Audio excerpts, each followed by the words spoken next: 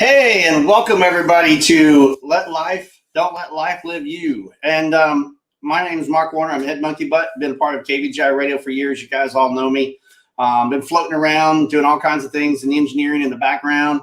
And over the last 10 years or so, I have been wanting to do my own show talking about living life. And recently, over a couple of friends that have gotten pushed to change their lives because of COVID and because of just not having work and just everything in between, that it made me think about that life is not as complicated as you make it.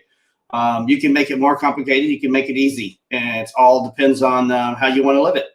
And I was just recently talking to a couple of guys that are going to come on here today. And one of the things was that I said was, I have a friend of mine that says she takes a wrong turn all the time.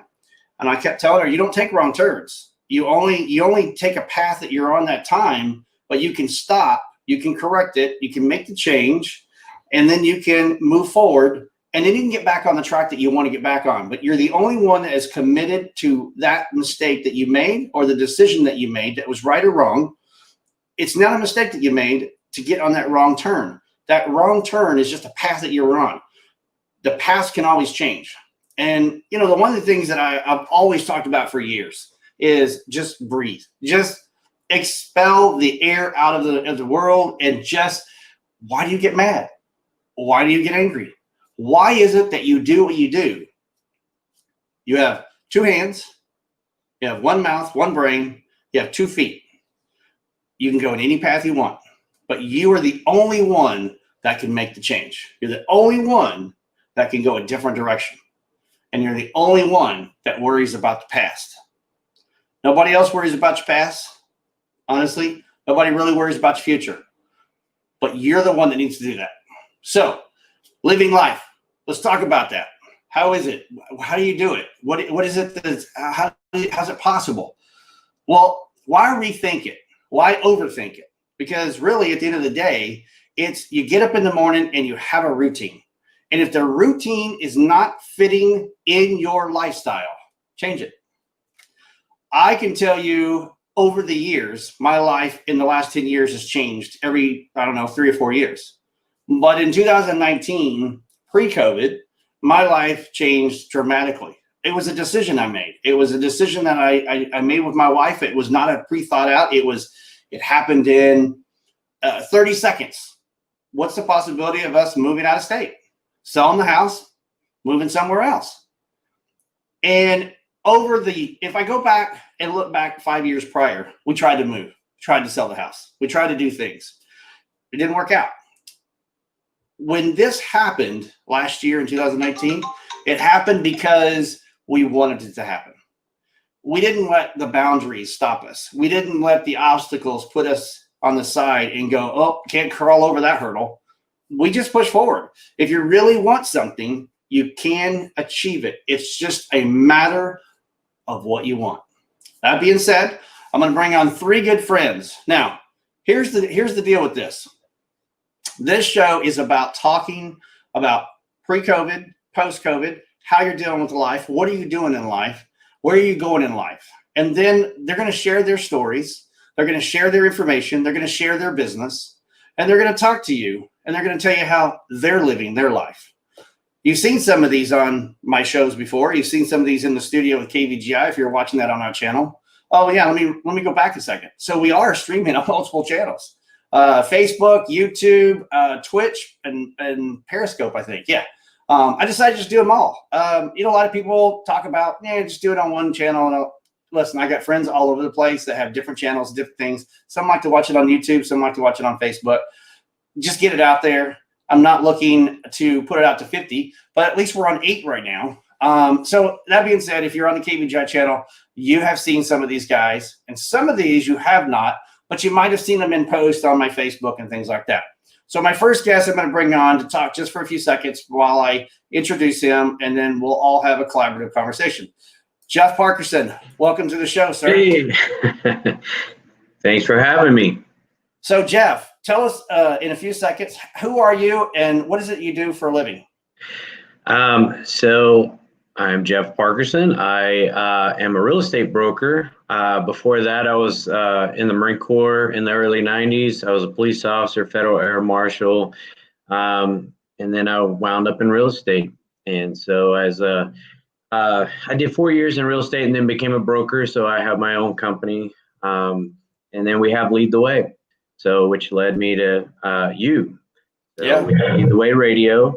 And we give back to those who serve. So military, law enforcement, firefighters, teachers, doctors, nurses, ministry, all that gets a portion of our commission. So that's our passion in life. My wife is a teacher. We have doctors, nurses, firefighters, ministers, all that in our family. So basically my work is like working with my family every day. Awesome. Well, I know that, years ago came on the radio, and I will tell you that I'm not sure I've ever said thank you to you, because guys like you, for what you do, not just because you're giving back to those who served, but you are a networker in a general sense, so that you may not be involved in the masses of general networking, but you are on the one-to-one connections. And I will say that over the years, you have enlightened me and apprised me of some really good people that have been really good collaborative friends, colleagues, partners in business. And it's guys like you that put forth that effort to see that two people could work together.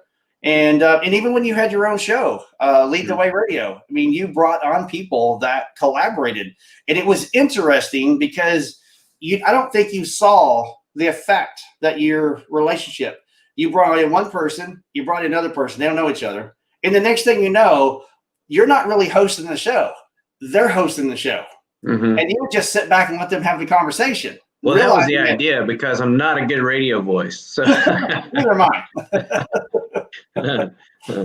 But well, no, that's the gift I've been given is my ability to connect people, and it always has been, whether it's in the Marine Corps or whether it was a police officer, but it's really worked well for me in real estate, and Lead the Way and all that. So it's a blessing to have that. But it's unexplainable how that network works. It's just it's been crazy.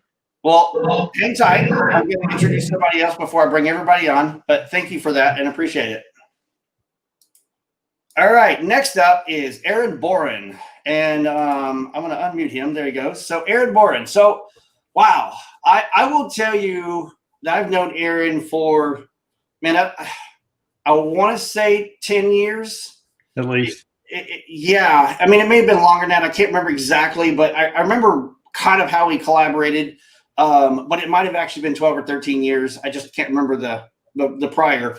But Aaron and I met through basically networking. It was through a couple of organizations we went through. And kind of interesting enough, we never really connected at that time. It was you were off on that distance, and I was over here, and we were just doing our thing.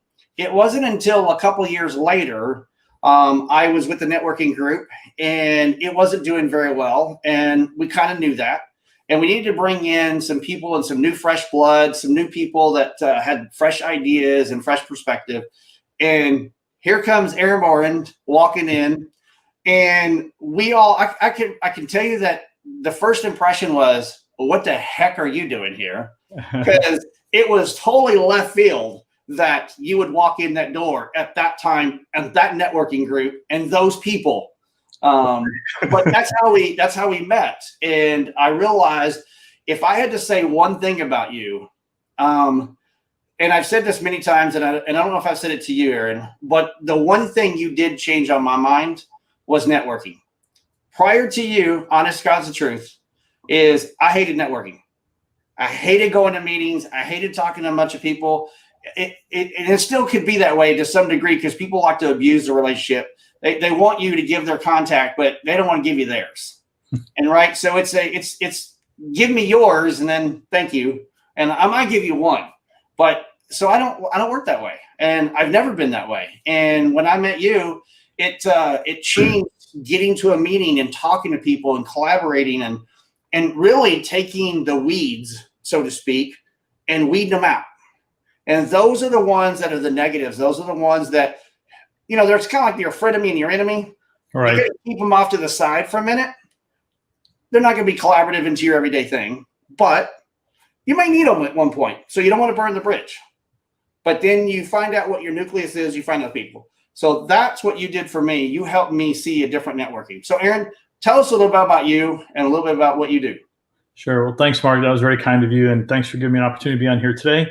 And I love being able to support other entrepreneurs and working on projects. And like Jeff at the beginning, I appreciate that you were in the Marine Corps. I enlisted in 1990 in the Marine Corps myself. So had a little bond there perhaps. But a couple things that I own a manufacturing company, and we have basically 160 different SKUs of products that we manufacture, primarily in like the topical wellness and health space.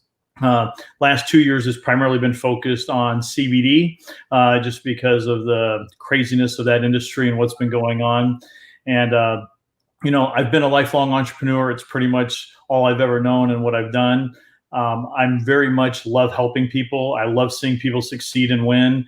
Probably I'm definitely always for the underdog. And I typically, and I have to really work on this, want success for people more than they even want it for themselves. And I usually will even go further to the mat for other people than they will for themselves. And, it's a life lesson I've definitely had to learn. Unfortunately, I'm stubborn and hard-headed, and I've had to learn it over and over and over and over and over again. It's not something I've just been able to figure out and let go.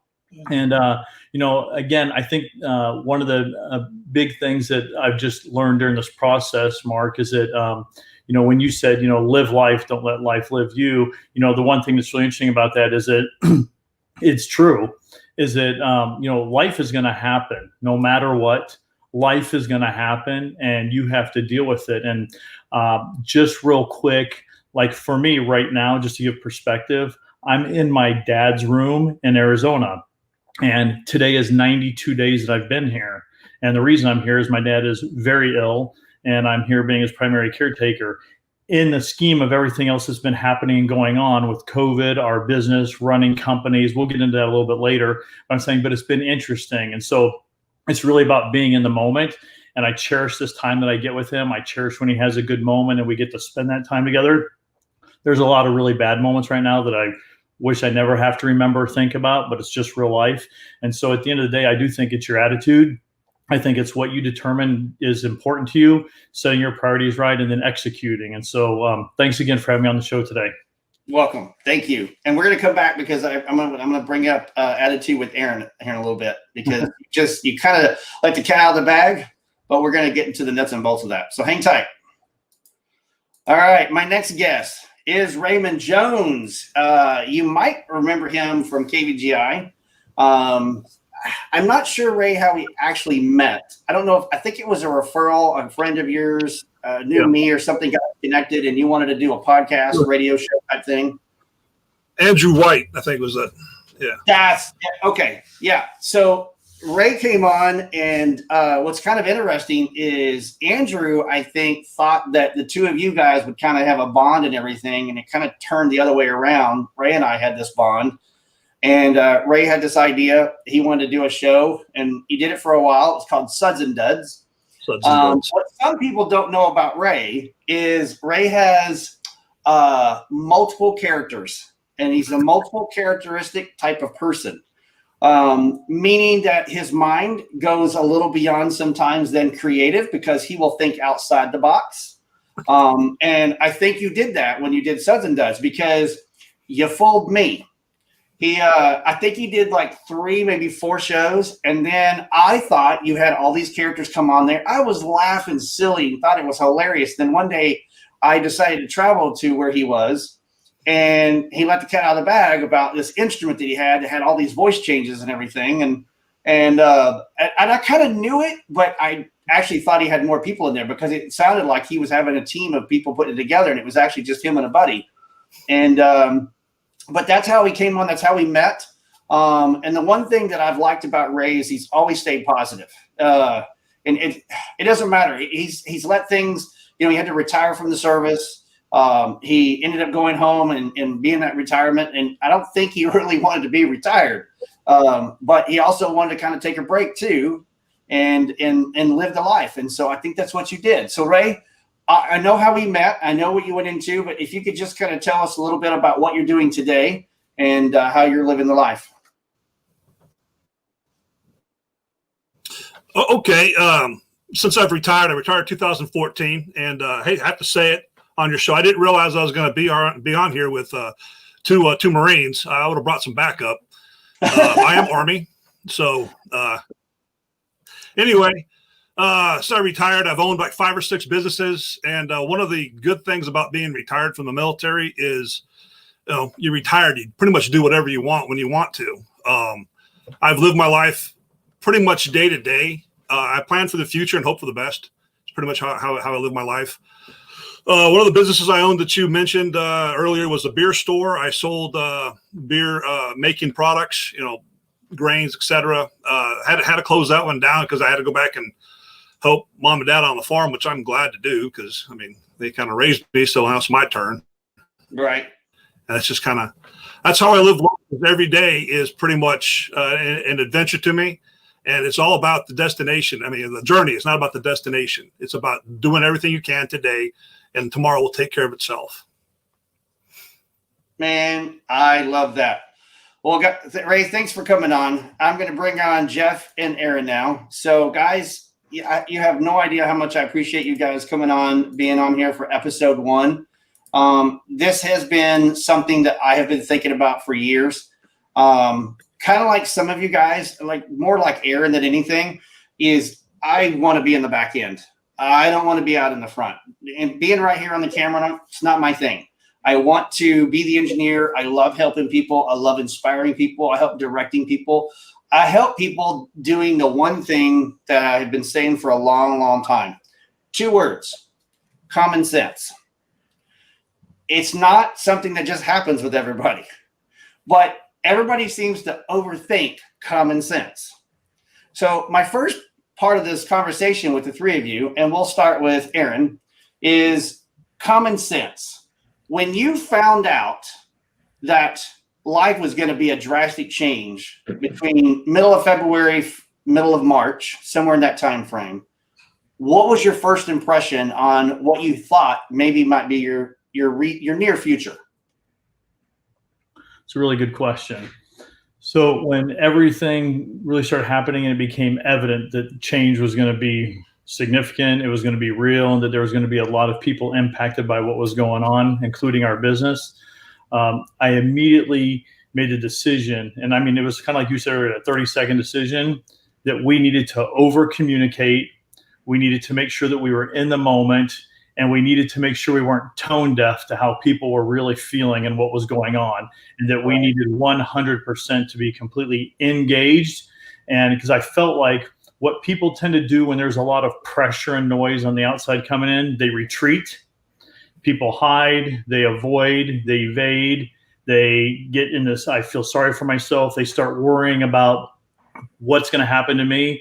And instead, we literally had entire meetings on this with our team, is that we have to re-engage, we have to get refocused, and we have to ask the simple question of our clients is, how can we be here to serve you? How can we help you during this time? Take the focus off ourselves and put it on other people instead. And I think that was really a genuinely pivotal moment for our company, was making that decision. Now, what about personal though? How is that? Because now I know you're with your dad, so I know you've not been with Jenny for 90 something days, but prior to that, before you go in there, what was that like for you and your current relationship and your family? Sure. Well, but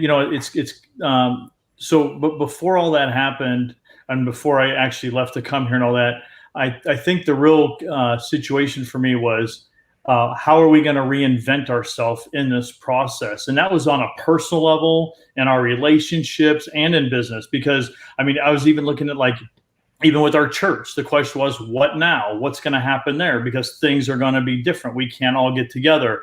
My wife and I are really good about making sure that we have a date night and that we go do things. So the question was, how do we do that? And how do we make this look like? And then I love to do kickboxing. That's like one of my passions. I enjoy it. But the question was, okay, so how does working out change now? What is this going to look like? And so it really just came, though, I think for us is, we said, and now it's the cliche word of the new normal, which I don't really buy into because I don't think that I don't know what normal means. But as far as how we react and what we do today, I think a lot of it's just been we woke up every single day, and Jenny and I would literally have this conversation every morning we wake up. We say, how can we make today be the best it can be under the circumstances of what's going on around us? Because there's just a lot of unknowns. But I also, Mark, what you said a few minutes ago was really powerful, is that people spend a lot of time looking in the rearview mirror, their past. Your windshield's this big, your rearview mirror is this big. It's for a reason. You need to spend more time looking forward than you do looking backwards, right? Amen. And so for us, the whole thing was that, look, it's happening. What's going on in the world right now? It's happening no matter what. So since it's happening, how do we adapt, and how do we make ourselves more efficient and effective, and how do we still get along and not allow this to get to us? And a big part of that was having, again, honest, open, direct communication in every aspect. I feel that's very critical. I appreciate that. And by the way, as a host, you guys can feel free to relax, drink up if you have something there, your water, your tea, or whatever, whatever you need to do to wet your whistle. All righty. This is a relaxed conversation. So I'm going to go next because I have told my story out there to a lot of people, and it's not a big story, but kind of like you, Aaron. I being in business for a long time, I've always been an entrepreneur. Even when I was working corporate, I was still trying to figure out how to be an entrepreneur, or I was an entrepreneur at the time, until it was a time to, get away from the man, they say, right? Get out of the corporate world. So the last 25 or 30 years, I haven't had a job. I've been working my own business, doing my own thing. And I might have had 2 or 3 different businesses that I've moved from, but everything's just flowed, right? Because I didn't look back there too much. When there was a barrier that was put up, I just crawled over. And I didn't care how tall it was, how short it was. It didn't really matter. If I could walk around it, change pattern. So when people talk about a left or right turn, made the wrong decision, look, I had to make a left turn. And that left turn was an empty field, and there was nothing there, and I had to recreate it. And somewhere down the road, I had to turn another left or another right. I had to do the same thing. When this COVID happened, and to be real honest with you, it hasn't really affected me and Kim that much. On the financial side, yes, I'm not making as much money, and my business has gone down a lot. So that's hurt a little bit. But we've just gone with the paces. It's happened. I can't control it. Wear a mask, don't wear a mask. Can't go to this store, can't do that store. This store open, this store closed. We just worked around it. When something closed and something changed, okay, can't go there. All right, well, let's do this. So we didn't weigh that. It didn't weigh on our shoulders so much. We just got up and said, okay, well, we can't go do this. Now what do we do? Can we order this? Can we go to that? Can you go that direction? I go in this direction. How can we make things work? And we did. Now, my business, I had moved to Michigan, and I was going to continue my business living in Frisco.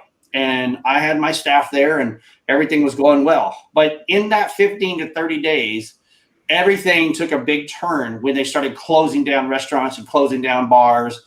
And then it was like, wait a minute. Now my customers are calling me saying, hey, I can't do a show. I can't pay. I'm out of a job. I've been laid off, or my company shut down, or whatever the case was. I was looking at this going, do I shut it down for the time being like everybody else? Or do I just try to bear it the best way I can, pay a lot of money for rent and mortgage and everything else to try to swing it? Well, I made the decision to cut it out at the end of that month. The month was already paid for and everything. I decided to shut the KVGI down and move it to Michigan and let it be dormant until everybody was ready to go. Then I started doing this virtual. The week of, that was my left turn. I thought I was going to take 6 months of retirement and do nothing. Like, just have fun. Well, the house needed work. Got a dishwasher, had to replace half the lines in the house because of that. That's a long story. And then next thing, I had to go fix this thing. And then that thing had to fix that thing. And then next thing I know, I'm fixing everything in the house. And then my customers are going, hey, you're doing virtual. Hey, I want to do that. I don't have to go in the studio anymore. So now, since April, I've been doing this for a lot of my customers. So it wasn't a wrong turn. It was just a turn of the path. I don't know what it is in the future, like you guys.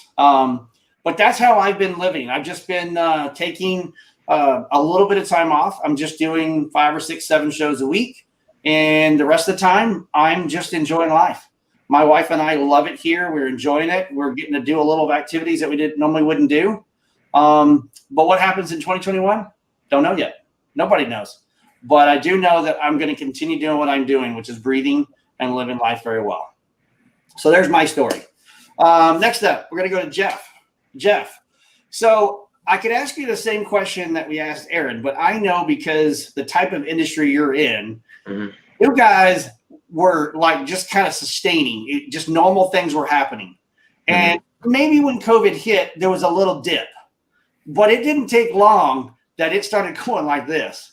And it has been nothing in the industry of brokering and mortgage and lending and refinancing and buying and selling a new home. It's not like this, but it has soared and it just continues to rise. People are making decisions on their life future, mainly because they're looking at going, I'm paying a lot of rent. I'm paying a lot of this. Now's the time I can get my house. Now's the time I can refinance. Now's the time we can get into a different house. And they're doing the best we can. Now, what I'm going to ask you is this. You did something a little different in the midst of all this. You kept that business going, but you started another business. And right when it was happening, you were just starting to get out the door. And I want to know in your mind, starting that business, did you panic that you have all this equipment and all these things, and now what am I going to do? Yeah, there was a panic moment for sure, with all of it actually, because, I had at the time, right before the virus, I had just listed a house down in Austin. And so I had all this, this guy's looking for $1 million home in Austin. And, we got to sell that home first. And then the virus hits and we're like, what's going to happen? Is nobody going to buy homes? Or, Austin totally shut down. You couldn't do open houses. So we had to do some roundabout stuff with Craigslist, put open houses on Craigslist and do it that way. And it did work. But there was like a month moment there where everything was in panic mode and we're like, what's going to happen? But before that, I had started the RV business that you were referring to. And we had actually we just acquired our third RV, and these are all $120,000 RVs that are not cheap. So nobody's renting them. We're gonna be screwed. And so we had them booked out through summer, and then March came, and initially that first couple of weeks, everybody started renting RVs because everybody's snow trips were canceled and things like that. So all right, this may be good. Then all of a sudden, everything died. So no RVs at all. So the summer started canceling, April started canceling, and so we donated them to medical facilities to isolate in. And about 2 weeks into that, all the rentals started coming back like 10 times so the amount they were. So we even had to raise the price of the rentals because they were just coming in so much. And we ended up getting 2 more RVs. And so, but between real estate and RVs, it has just gone through the roof, and it's the busiest year we've had in real estate and RV. So it's been a very good year.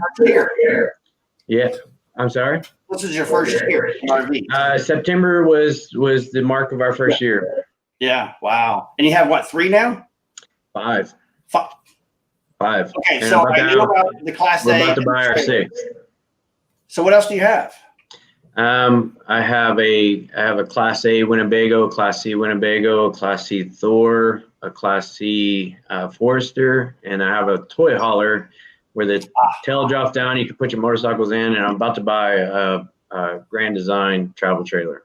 All right. I did not know about the toy hauler. I knew about 2 Class A or Winnebago and Class A, and then a trailer. Yeah. The 3 that I knew. All the while, I have staff that helps me with that. So I have maintenance guys and cleaners and all that good stuff. And so I basically just show up to check out the RVs. So I don't do a whole lot with that. And then I'm focusing on real estate. So I work in Austin, Houston, and Dallas. And so I just do that triangle. And so I'll be down in Austin next week working. So it's been the busiest year ever. So it's kind of weird that everything shut down, but it's the busiest year ever. So, but things happen for a reason, my friend. We always keep on our toes just in case anything shifts or changes or anything like that. But with everybody losing their jobs, in a lot of industries, I'm expecting that next year maybe we'll have a lot of short sales and foreclosures and things like that. So then if that happens, then investors are going to pop up and start buying those. So there's always opportunities one way or another in our business. So we just got to be able to shift and think on our feet. Well, thanks for sharing. Appreciate that. So Ray, dude, man, so let me ask you, I don't know what you were doing in between prior to COVID, because I know you had shut another business down. So I don't know exactly what business you were involved in, if you want to share that information a little bit. But then I heard earlier you were saying you were building a house, and then you're helping your mom and dad at their farm. And so you made some changes the last couple of years. How's that affected the farm, and how's that affected your life and you building the home? Well, I'll tell you, building the home, it's affected quite a bit. About half the crews that we had working our crews, somebody came down with COVID, so they had to postpone. It's been a kind of a nightmare trying to get parts or pieces. I mean, like I don't know, roofing material or brick or whatever, because they come from different parts of the country, and some places are shut down, some places weren't. So that became kind of it's kind of extended. It was supposed to be done in June. Here we are in September, and we're still in the process of building. So it's every day, one day at a time. That's how we go. As far as how COVID has affected me, living on 38 acres in the middle of Texas, I see the same 6 people every day. So my COVID is pretty limited. I don't really see very many folks. But I've always when this whole thing kicked off, my wife, who's a nurse, she works down at Temple, Scott and White, Temple, Texas. But I told her when this first thing kicked off, I was thinking, this is just one more of 1,000 things every day that will kill you.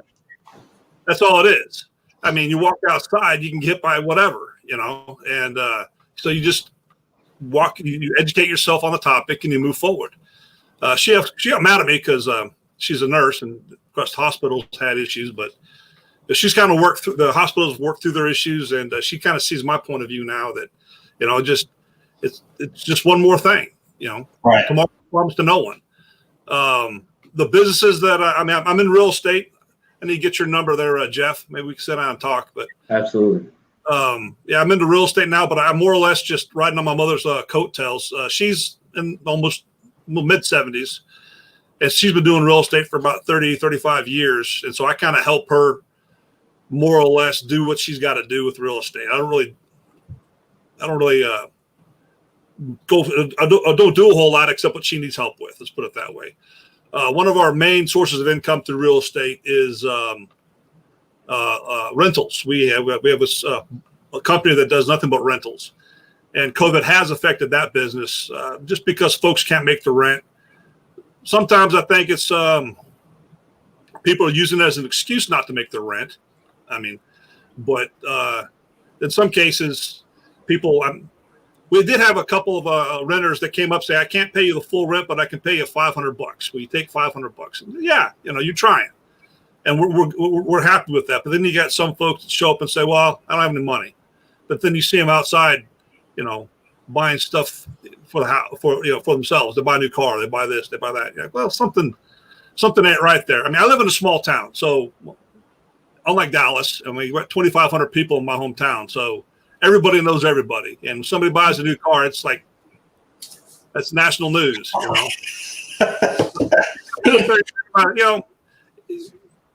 So what you're saying about people, making wrong decisions, making right decisions, that's right. I used to tell my kids, and I live by this today. Idiots never learn. Smart people learn from their own mistakes, and brilliant people learn from others. So. Idiots never learn. And as soon as they decide to learning from their mistakes, then they become smart people. But until then, they're just idiots, and they keep driving on. I don't have to watch Mark smack his head against the wall to know that hurts. I know it hurts. I don't have to do it myself. Just throwing it out there. The Army guy. And by the way, this was not an idea of putting all 3 service guys. I literally went through a Rolodex of 10 people. And when I came down with the first 10 people, you guys were in that 10. And so it wasn't. We're the only ones that answered. No, actually. That's exactly right. But the problem was I was like, okay, this guy knows this guy knows this guy. So I had to pull away from people that I really was, the idea was to pull people in today that don't know each other. You might have seen each other, might have heard each other, like Ray and Jeff, you guys have heard each other, but you guys never really met. And so you both had a show, you had different days, you didn't see each other in the studio, but you might have heard of him. But you didn't have that personal conversation and know what each other did. And Aaron's never been in any of my network on any of the stuff. I think he might have done a radio show with me several years ago. I think he came on. I don't remember what show it was. But other than that, prior to my radio business, he's never been involved. He went his direction, I went my direction, and we both had 2 different worlds. You know, when I always say the things that I say, live life, don't let life live you. Now, everybody has a different reason for it, right? When I say it, it means literally to me is if you are sad, depressed, unhappy, things aren't going right in your life, the direction's not right, the financial's not right, your marriage is not right, your car's not riding right, your car's dirty, whatever the case is, if you're angry, upset, frustrated, stressed out, whatever that negativity is going on in your mind, to me, that's letting the life live you. You have a choice. You don't have to be that way. You can actually be happy, and you can actually make that change. And it goes back to what I said at the very beginning. You know, between the 4 of us here, I think we can tell people that the direction of life is actually really simple. It's complicated on the path that you go forward with, but it's a simple path to change that decision because only you can make it. But the one thing that you always have to put in mind when you make a change, I can say live life, don't let life live you. That's good for you. But who's around you? Is your family around you every day? Is your friends around you every day? Are you in social media every day? Everything you do from that decision affects everything. If you're the positive light in everybody, then guess what? Everybody's going to be positive. If you're the negative, guess what? Everybody's the negative. And I bring that up because 12 years ago, 10 years ago, many years there, Aaron did a show called Attitude with Aaron. And it was always about being a better you. It was always about inspiring others. It was always about looking at what you have done and making life better. Figure out a way to make it a little simpler, make it a little more complicated, whatever that path is. It was all about one thing, attitude. Aaron, if you could tell us a little bit, I know you miss it because you gotta, I can't remember. I don't know how it felt. Did you guys lose Mark? Yeah. And as I'm going to get on there, I have this whole list of things. And even though it's only for like 9 minutes and everybody's only listening and there wasn't people talking, Aaron had a path. And I mean, he got on the call and he went 100 miles an hour. And then it was, see you later, got to go, bye-bye. So tell us a little bit about Attitude with Aaron. And then I want to know a little bit about, you miss it? Yeah. So, man, blast from the past bringing that up. I wasn't expecting that today. So that's okay. So, no, Attitude with Aaron, it was, it really started out as I was using a conference bridge. That's all it was. And people would call in every single morning at 7 a.m. Eastern time. And I would knock out a call and it would never, ever go more than 8 minutes. Like that was a deal no matter what. And all I did is I had a very specific topic for the day. And I just went in and I would tell a story about a bad situation, basically, and then how you make it a better situation. And then we would give everybody a challenge for the day to go out to make that, to actually put into action. Because again, it's what I said at the beginning of this call is that the problem is that and I see this problem in every aspect of life with a lot of people, is that everybody has ideas, everybody has thoughts, but very few people execute. Most people don't actually execute when it comes time to make things happen. And I'm going to digress just for one second. One of my business partners, he always says to me, and it drives him crazy, but we love each other. It's good. But he drives him crazy because he says, you will tell everybody our entire business model, like all the details of it.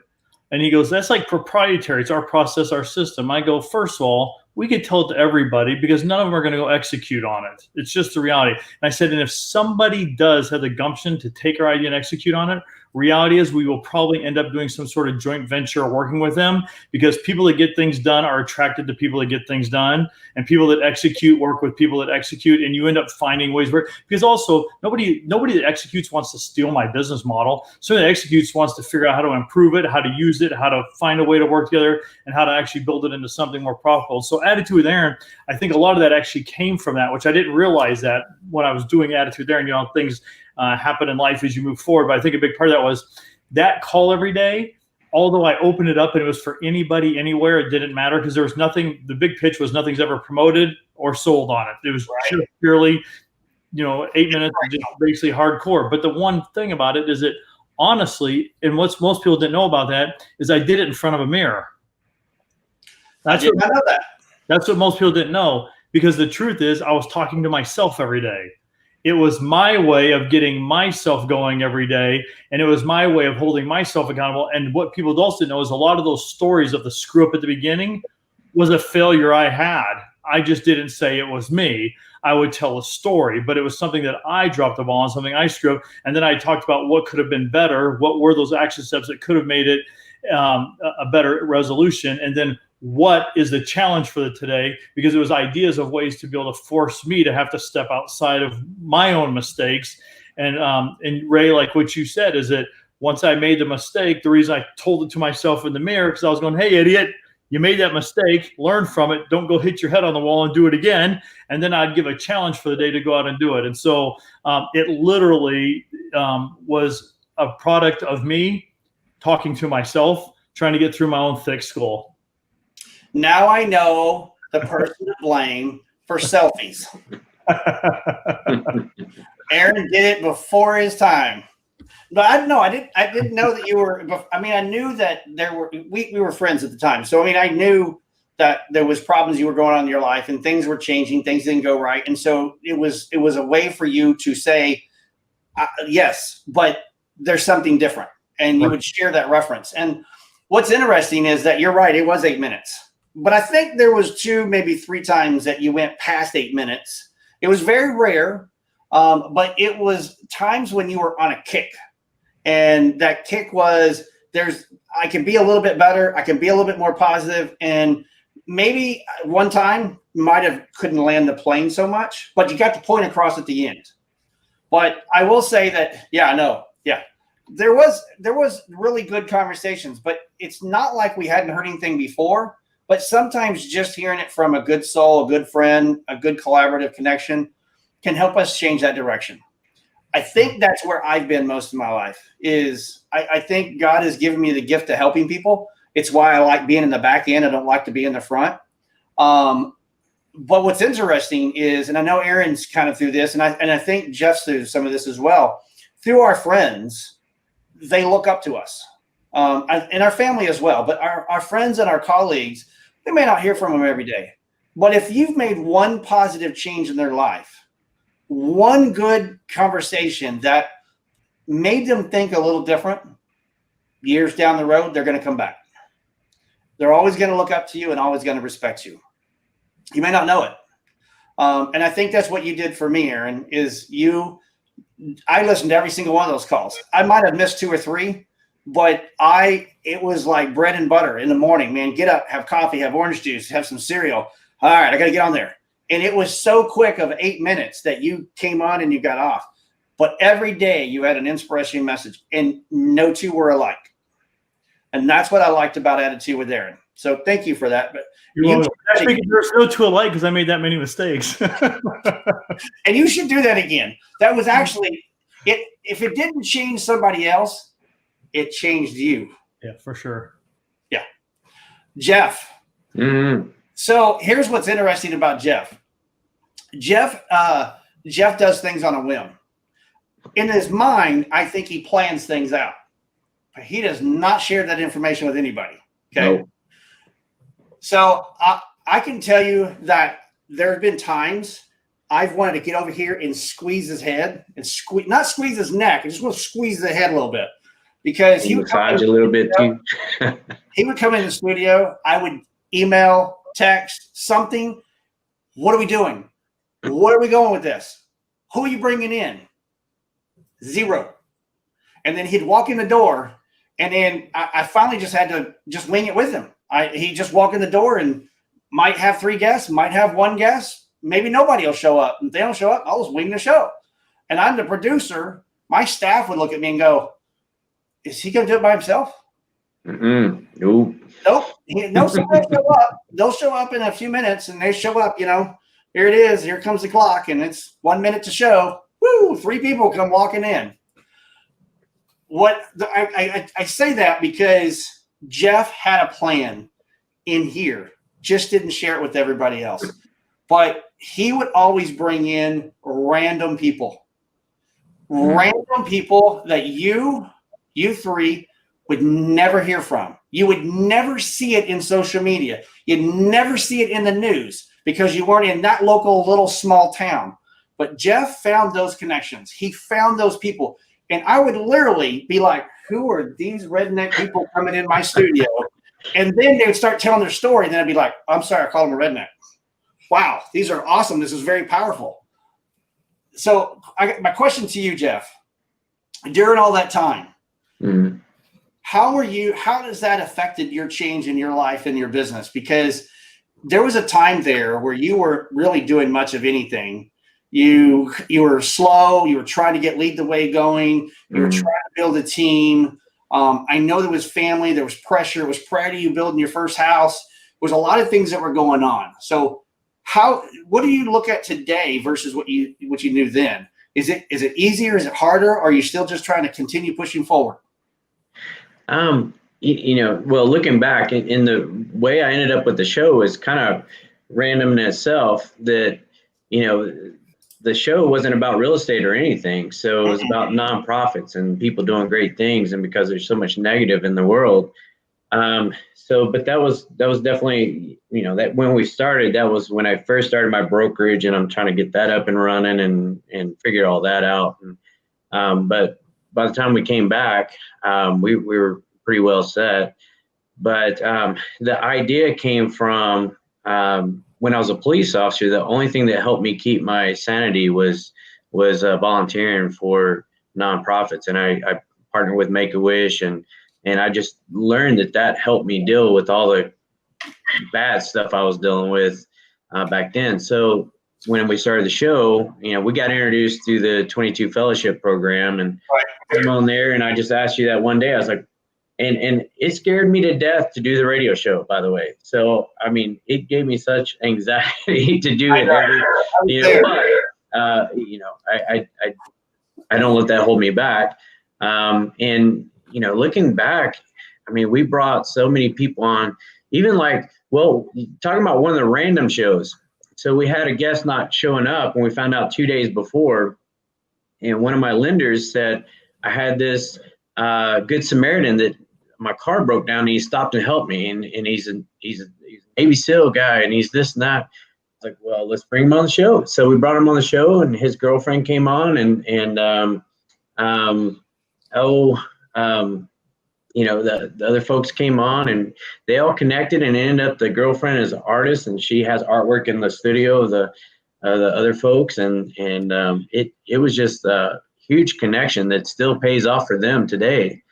And, but we saw that stuff over and over and over, and that was like a huge blessing, that let me know that, we're here for a purpose, and it's not mine. So much like you, I had a friend of mine I heard from him probably, I don't know, maybe 2 year and a half, 2 years.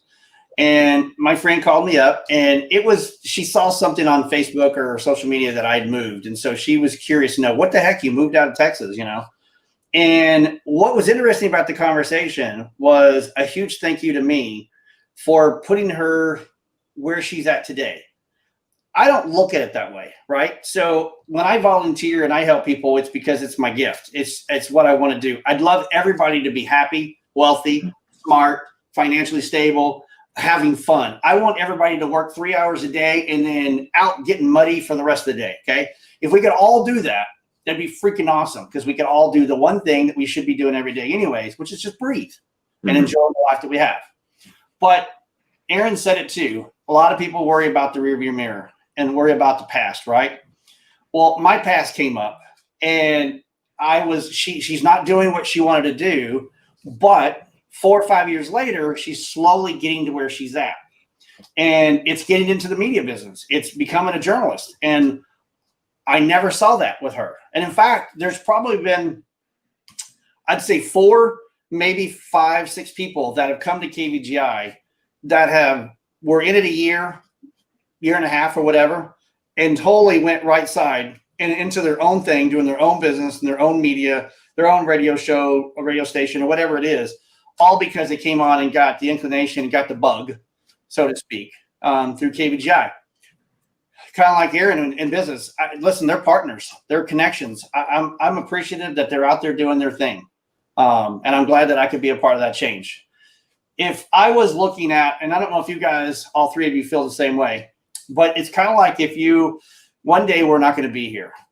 And if you want to know one thing I worry about, it's the person standing next to my tombstone, and I don't want it to be blank. I know everything that I do and everything that I change can't be there. So what's my inscription that I would like for everybody to understand? I just honestly don't want it to be blank. And I don't want everybody to ever forget something that I made and I helped and I provided and I directed to lead them in a different way of life. And so to me, as long as that's not blank, then I've done good. So there's my little 2 cents. Ray. Now, Ray came on, did a show for a while, totally went out left field and said, I'm going to make alcohol. I'm going to make beer. And what's interesting about Ray is he would make all these different beers. Now, I loved every single, truth be told, I loved every single beer you made. Every one you gave me a test of.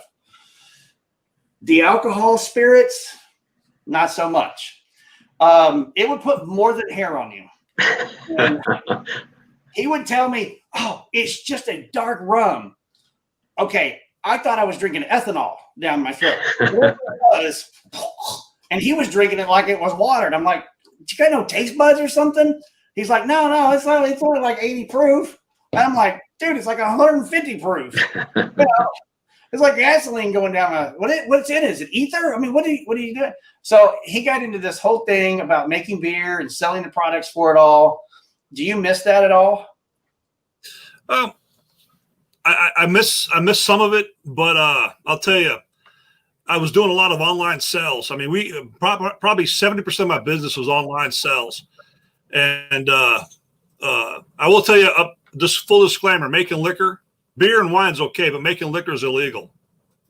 So just full disclosure. So we know that, and you didn't sell it. I'm just throwing it out there for all the kiddies watching. There we go. But anyway,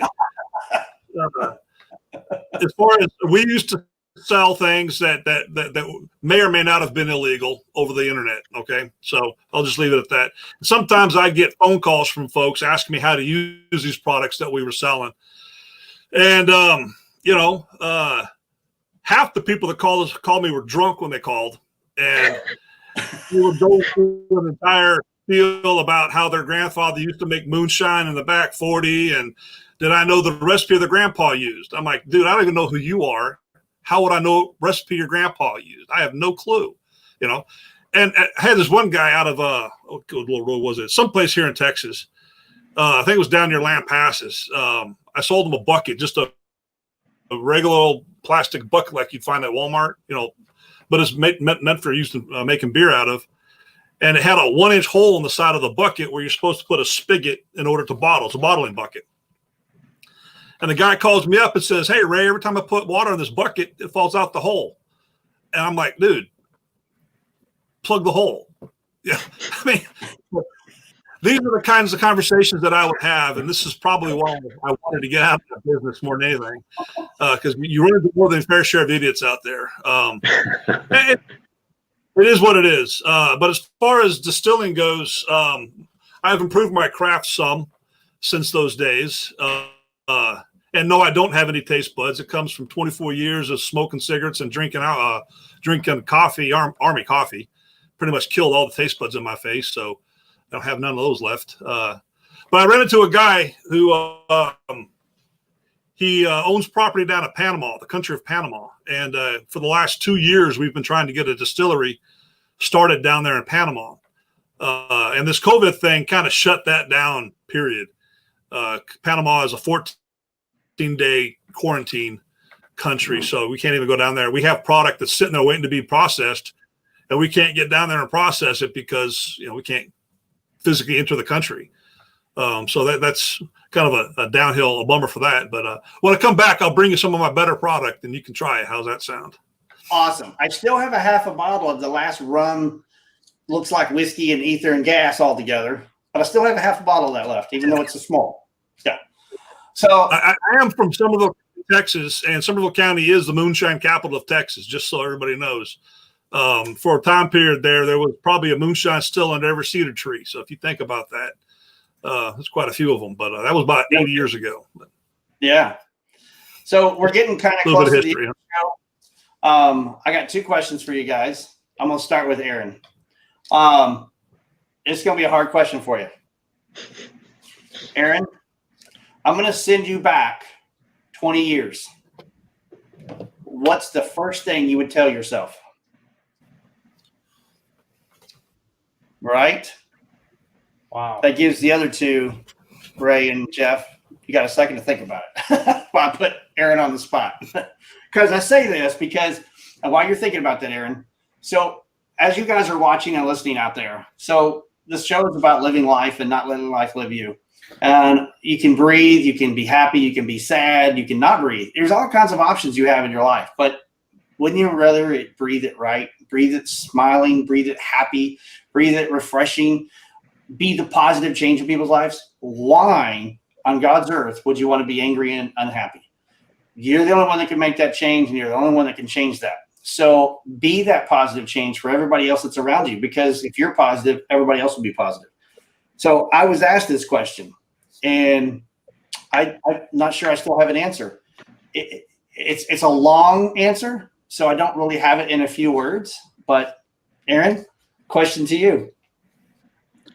Yeah. Wow. That's a pretty deep question, actually. Well, it's a deep question because when the answer is somewhat simple but complicated, because that answer, Aaron, is what you're going to tell the next person. Right. That's what you've been doing all along. You've Right. been taking all the resources and all the information you've been doing all your life up until today to get where you are. Right. It's interesting you bring this up. I think 2 or 3 weeks ago, I actually wrote a blog on my website about what I would say to my 25-year-old self, because my son turned 25. And so I went through there and actually wrote. But what I'm not going to do is cheat and go back and look at what I wrote. I'm going to actually tell you what I think now, because every day I think it changes a little bit. But when I look, I'm not going to get political here, but when I look at what's going on in our country right now, and I see the disregard for human life, I see just how hard our youth today are working so hard to try to be somebody they're not, with their social media, with their filters, with trying to always outdo the next person. When I even see our politicians just talk down to one another, be disrespectful to one another. I mean, we want to know why our kids are thinking the lot of stuff they're doing is okay. It starts at the top and it works all the way down. And when I look at my own company, I have to say, how do I present myself? Because it's going to filter itself down to our team and to our staff and to our customers. And when I look at the mistakes I made with my 2 sons and the things that I wish that I could take back and do over again, and I look at the way that your spouse is the person that you're supposed to be the closest to, yet they tend to take the brunt of things a lot of times, it's, the ones that are closest to you. I think if I were actually, Mark, this is definitely not the direction I plan to go, but I think that if I were to look back now, I would say to really, first of all, respect yourself. And because without self-respect, it's hard to really, I think, respect others. And then realize that everybody, and this is something my wife says all the time, everybody has a sign. It's an invisible sign over their head that says, make me feel special. And I think that if we could learn to just make other people feel special, and instead of trying to find the wrong in what everybody's doing, find the positive and try to actually bring out the best in people, and realize that I don't care who you are, we are all going through hard times. We are all having struggles. We are all dealing with things that people can't even imagine. And, the best analogy I can give is that, we all pretend, we're all ducks on water, we're smooth, everything is good, but underneath we're paddling as fast as we can just to keep going. And people are literally paddling now faster than they ever have.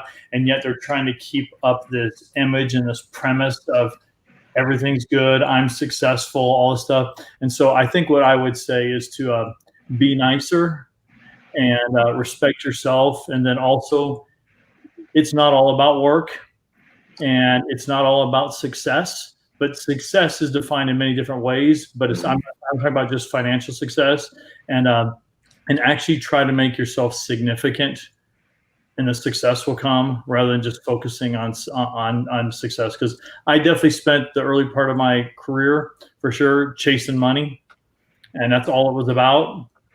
And it was all about bigger houses, more cars, bigger boats, fancy cars. And then here I am today, sitting in my dad's room at a house with him, realizing what's important. And last night, or 2 nights ago, him and I had a conversation, and I said, when you look out at everything in your life right now, I said, what is it that you most want right now? And what's the most important thing to you? And he said, my 3 sons and my wife. That's what he said. That's what it comes down to. Thank you for that answer. See, as complicated as it is, it was actually refreshing to get it out. Yeah. Ray, we're going to ask you that same question.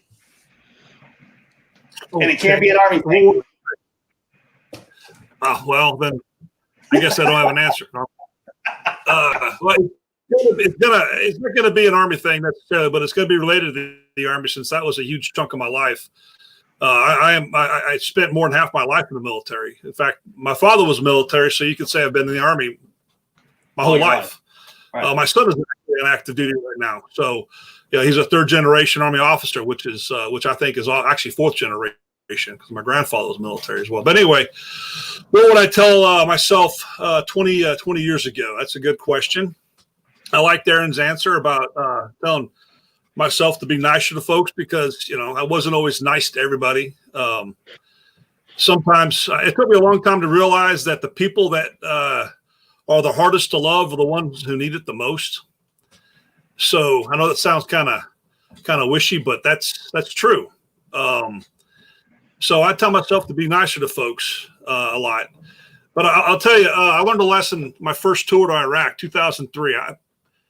Just full disclosure, I've been there. I've been over there 5 times, 3 to Iraq, 2 to Afghanistan. And the first time I was over there, the first time I got shot at, I realized what is really important. And you said something about your dad says, Aaron, your dad said, my 3 sons and my wife, you got to figure out what's important. And you figure that out one thing. What if it's your family? That's the one thing. And everything else don't mean squat after that. So you just kind of make every day, like I said earlier, the best you can. And tomorrow's promised to no one. So you move forward, you plan for the best, hope for the best. So that's my answer. Nicer to everybody, and pick that one thing quickly. Whatever it is, pick that one thing. Awesome. Thank you for that. Jeff. Yes. So 20 years ago, I was in the police academy, actually. So, wow, I would tell myself to not waste time, so that, just looking back at everything that's happened since then, everything kind of evolved. Everything you're doing, during all that time adds to what you do now. And so make it a positive experience and don't waste it. So, I mean, Awesome. I can't say I have anything negative to add to that. Just, I look back and every single thing that, and I think I'm a lot like you, Mark, in that we can pivot and transition. And if this is not working out, we can switch and go do this. And just, I think I would just say, go with that and make it work and make it positive. And I don't know, everything that I've done is still involved with what I do now. So, in real estate, I still have all my police connections. And so I do a lot of law enforcement. I have law enforcement officers that are realtors of mine. So military, even before law enforcement, I was at FedEx for 4 years, but everything I did is still involved in what I do now. So just make it all work together. So my answer, by the way, that I had summed it all up, kind of a blog in my own mind. Had to think about everything, had to think about the answer. And, woulda, coulda, shoulda. I can go back and tell myself everything to make the change for today. I honestly believe the person that I am, I would still lead in the same direction. So I had to really think hard about what could I tell myself in few little words, not knowing that I had a long time to talk to myself or a short time to talk to myself, or just to be able to share a reference of information. And it was to focus more in life about common sense. Everything you do, just focus a little harder. I've learned a lot of things. Much like Aaron, one of the things I did was chasing the money. But one thing I chased more is just living life. Because as much as I want the money, as much as I want to take care of my family, as much as I would like to have the necessities of things that are not your basic necessities outside of food and shelter and clothing, I want all those things, the same as everybody else. But they're not as important when it comes down to taking care of your family, taking care of your heart, taking care of your soul, and taking care of the lungs and the life that you breathe, because you're the only one that can be happy. So thank you guys for coming on the show. I really do appreciate you guys taking the hour. We've gone over a little bit longer today, but this is a premiere show. So my last question to you guys before I'll close and finish is I want you to share just a little bit of information, how to get a hold of you. So you can share your phone number, share your website. We're going to put them all in the comments after the show, but I would like to know how to get, if somebody wanted to get a hold of you in your business. And Jeff, we'll start with you. How Okay. to get a hold of you? Yeah, so my website is leadthewayhomesavings.com. I have several websites, but that's my passion. I love giving back to those who serve. I've given back over $50,000 myself this year in commission. So that's my passion. 817-823-0781. We do real estate all over Texas, but primarily in Dallas, Austin, and Houston. And leadthewayhomesavings.com. Give that number out. 817-823-0781. Awesome. Ray, on to you. Well, I don't do a whole lot, so I don't really have a whole lot of social media output. You can get hold of my real estate business. It's 254-897. Oh, good Lord. I can't remember the whole number. 7005. That's it. 7005. It's speed dial number 3 on my phone. That's FYI. I can't push that.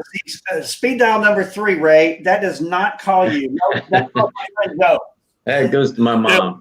Yeah, it's 254-897-7005. That's Citrus the one there in Glen Rose, Texas. Small town, but that's the best way to get hold of me.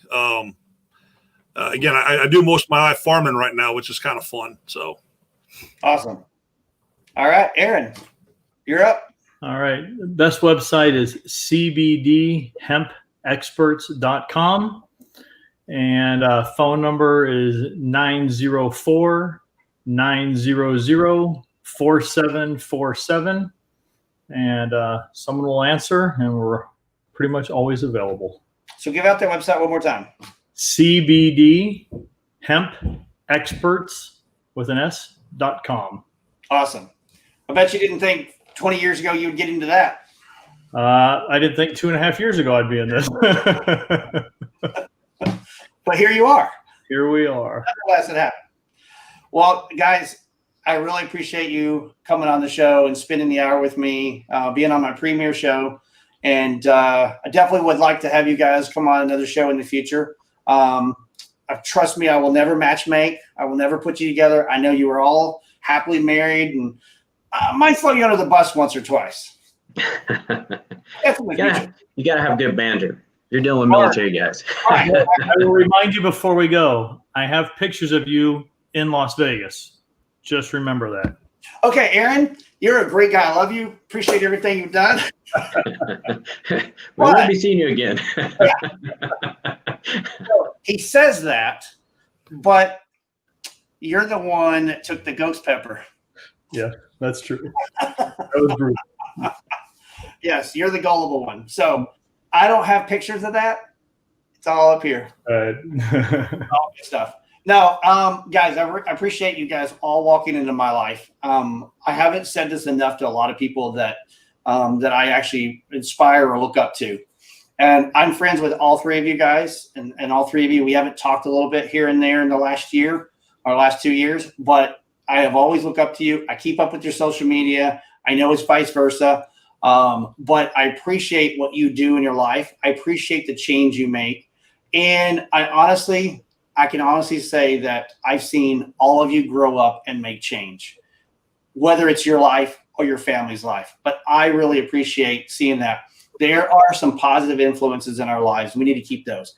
And the reason I say that is because when I had to think about what I would say to myself 20 years ago, and common sense was the thing that came up. And it was because I feel like society has lost a little common sense. We are focused on things we can't have. We are focused on the direction that we can't get to. We're focused on the negative things that we're trying to fix instead of trying to only fix what we can control. And when I think about all those different things, you can mentor, you can talk, you can collaborate, you can share, you can provide, you can do all that stuff. But none of that matters if you're not doing it yourself.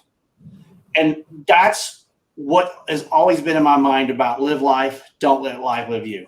Because I feel like I always need to be an inspiring person. It's why you hardly ever see me get mad. My wife, she sometimes has to put her foot down and go, just get mad, just yell, just scream. And I do it and she laughs because I can't do it right. I can't get mad right. I can't put my foot down and yell. When I say that, I do have 2 dogs that frustrate me because they are toddlers, even though they're less than a year old, and they do things in this house. And it's like having kids, and it's just like, I want to ring them a second, just like, come on, you should know these things. But you're part of the Warners. You're part of our family. You should know these things. We trained you well. And then I sit down and go, yeah, that ain't working out. They're not listening to me. And speaking of dogs, Jeff had to go and get his little dog.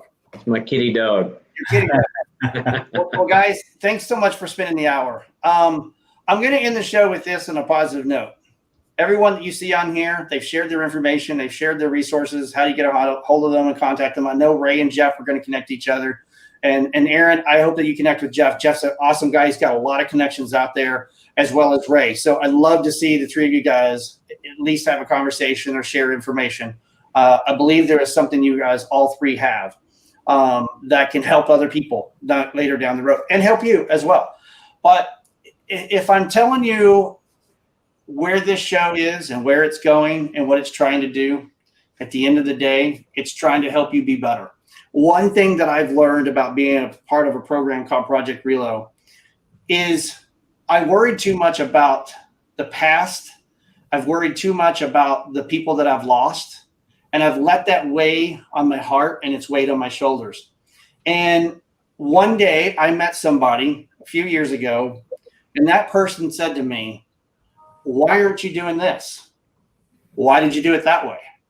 Why don't you look at it that way?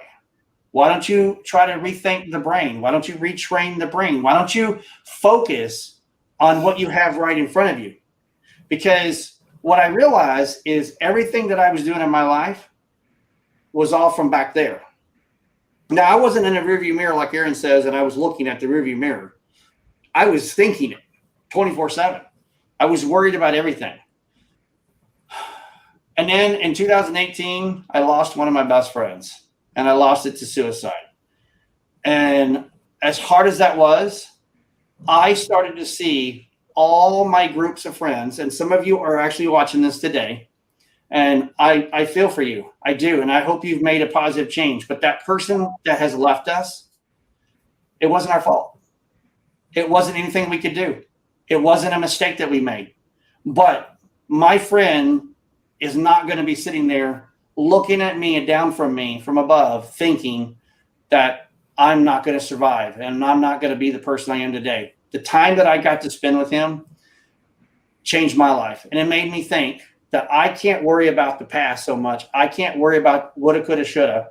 I can't think about the things that I can make in the future either. I can only live for today. So one thing that came up in that conversation was, what are you going to do tomorrow? Well, are you going to make a change tomorrow? No, that's tomorrow. Guess what? You can only make the change for today. I can't change tomorrow. I can change today, which reflects and makes the change tomorrow. But I can't change the future unless I change today. And I absolutely can't change the past, but I can change my future because of my past. That's called learning. That's called educating myself and making that change. So if I could share any information with you guys out there, it is stop letting the things weigh on you so much. Kick them off the shoulder a little bit. It's not about having the heaven on one side and the devil on the other side. It's just about having a little bit of common sense up here. It's just about breathing. It's just about being positive, because everybody in your circle is looking at you. So if you can be that positive person, so will everybody else. And guess what? Makes good friends. There you go. Living life. Guys, thanks so much. Aaron, thanks so much for that. Give Jenny a kiss and hugs for me next time you see them. Yep. Definitely text her and tell her I said hello. Jeff, you and your wife and your family, I know you've got your house and your RV and everything, so congratulations. Thank you. I know you didn't see that 3 or 4 years ago, but Nope. So glad that it's working out for you. Thank you. And Ray, dude, I got to see a picture of this house. You got to tell me what you're doing. I know all these 30 years in the service and coming home and living a new dream. You got to start sharing that. Got to see it, man. Got to see where you're going. But hey, Ray and Jeff, it was a pleasure meeting you too, and thanks for your service. Great meeting you guys. Thank you. Well, all right, guys, one last thing that I always say, and I hope I can say this right before I actually close out. A friend of mine says at the end of every show, and so I thought I would use some references at the end of the show to say the one collaborative thing that one of my friends might say. So think about this. Go out there and live. Go out. Let me see if I can get this right, because I don't want to screw this up. Go out there and live your life, because every other life is taken.